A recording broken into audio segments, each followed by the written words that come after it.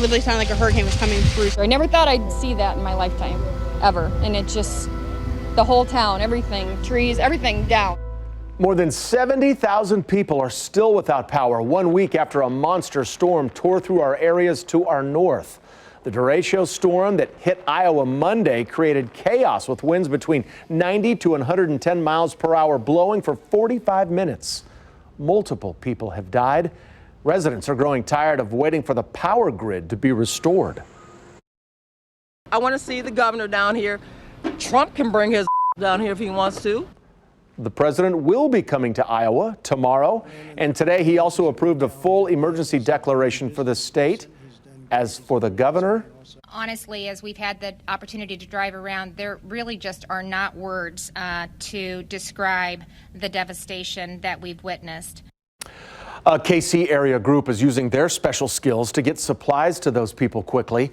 KCTV5's Betsy Webster is live at Johnson County Executive Airport to show you how pilots are now pitching in. Betsy? Well, Brad, it's dark and quiet out here at the airport right now, but tomorrow several pilots will be loading up their private planes and heading out to the Cedar Rapids area.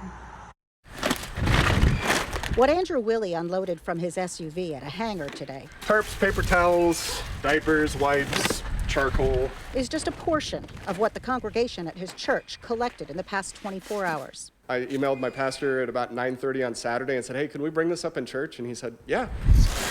The impetus was a friend of his in the Cedar Rapids area. Willie had no idea how bad things were until they talked on Friday. The guy's like, how's it going? He's like, we still don't have power. I was like, I'm sorry, what? That's when he started seeking out info on the straight line winds that traveled at least 800 miles. He soon realized the images of a tree on this house or that are deceiving. You zoom out and it's everywhere. It is devastation on a scale that I don't think people really can wrap their heads around. His friend says stores are wiped out of hygiene supplies, charcoal to help fix hot food, and coolers much needed by people who need to put their insulin on ice. Yeah, sure, it would be more efficient maybe to throw all this into a U-Haul and go north, and people are doing that. But he couldn't spare 11 hours round trip, and he's part of a tight-knit group of aviation enthusiasts. So he put his airlift idea on his social media groups. We're not trying to do a big, post-World War II airlift effort here. This is really about raising awareness and doing something that we love. The idea took off, garnering interest not just here, but also in Wisconsin and Minnesota. We're not just up there turning money into noise, You can go and participate in a meaningful way, doing something that you enjoy doing as well.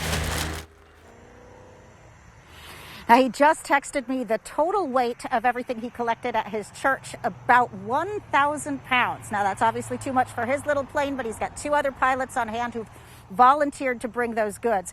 But, it is not just about bringing goods. It is also about bringing awareness to this devastation during a time when he is well aware that we have a lot of other serious stuff on our minds.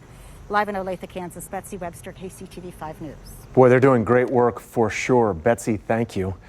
And now let's bring back in meteorologist Brett Anthony. So, Brett, many people had never even heard of a derecho before this, but they're actually fairly common in the Midwest. Is that right? Yeah, we have about one or two every year, but this one was a little bit different. Of course, derecho is Spanish meaning straight. It was a straight ahead windstorm that traveled over a long distance. This one had peak winds of 112 miles an hour. And normally, to be classified a derecho, you need winds, or you need it to last 250 miles.